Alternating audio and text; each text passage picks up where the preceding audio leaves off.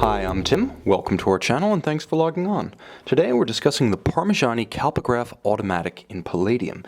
You can see this automatic chronograph and purchase it on our website. Subscribe to our YouTube channel if you enjoy these videos, and click on the cards in the upper right hand corner of the screen at any time during this video to see our full listing for this watch with additional accessories included, high resolution images, and naturally complete pricing details.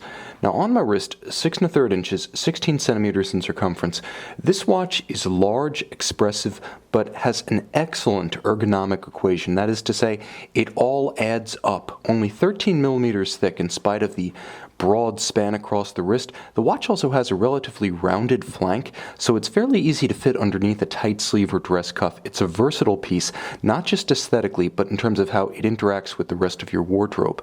Now the watch is 39 millimeters across the broad of the case, so roughly from 9 o'clock to 3 o'clock, not including the crown or the chronograph pushers.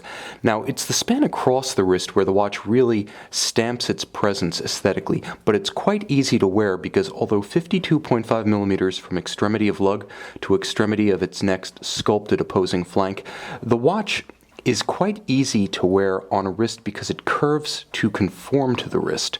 You can see those huge separate lugs, they're almost like the fenders of a 1930s automobile. They're spread out and they're visually distinct, but they're also sharply curved, and they thrust downward to arc around the curve of a smaller wrist like mine. So this is an easy watch to wear. You'll also note how the strap nicely closes the flank of the case. It doesn't leave a whole lot of daylight, and yet it doesn't feature the typical downfall of a conforming strap, which is usually a tendency to flare out and fight your wrist. Here, these pull down easily around the tight curve of a small wrist, and while the watch is palladium in its case, it is white gold in its pin buckle. So the pin buckle, for a little bit of additional rigidity and strength, is executed in 18 karat white gold rather than palladium. Now the case is a handsome combination of sculpted forms and polished palladium, but it's the dial that perhaps is the most expressive and standout feature of this watch aesthetically. It's a combination of a beautiful guilloche cut slate gray on several planes to add a little bit of visual articulation with contrasting rose gold indices and Arabic numerals. Now you can see at center the watch has its stylized Parmigiani Delta hands, so called because they're neither alphas nor dauphine, and they are fully loomed, so you can read this watch, at least the civil time of the watch, in low or no light conditions. Parmigiani carefully distinguishes the minute counter and the hour counter of the chronograph function, which will set in motion, so each one has its own separate countersunk subdial with contrasting silver guilloche base and golden chapter ring.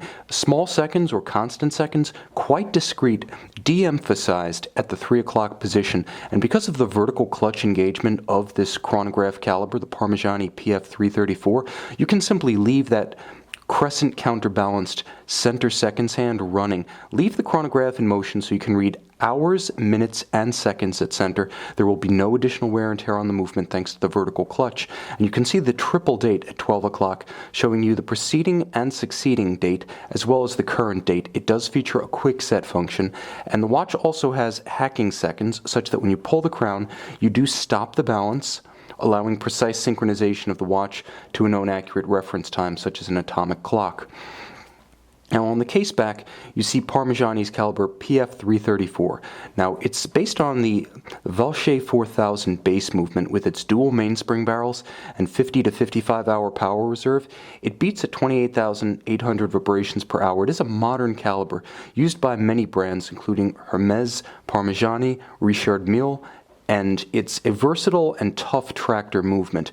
Now the mainspring barrels doubled up aren't necessarily there to endow the watch with an exceptional power reserve, although at 55 hours it does have solidly more than the industry standard 42.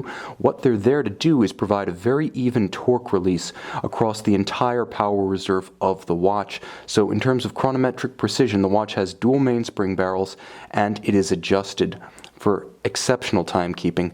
It has 68 joules because it is a modular chronograph. Whenever you see a movement that just seems to have dozens and dozens and dozens of joules, for no clear reason, it's because it's effectively two movements sandwiched together. There's the Valche base movement, which is a Parmigiani company, so effectively a manufacturer movement with a Dubois de Praz vertical clutch chronograph module on the top. And again, the vertical clutch endows the watch with supremely smooth chronograph engagement, disengagement, and precise resetting to the index at 12. It also gives the watch the ability to run continuously without additional wear and tear if you just like having the center seconds on the dial.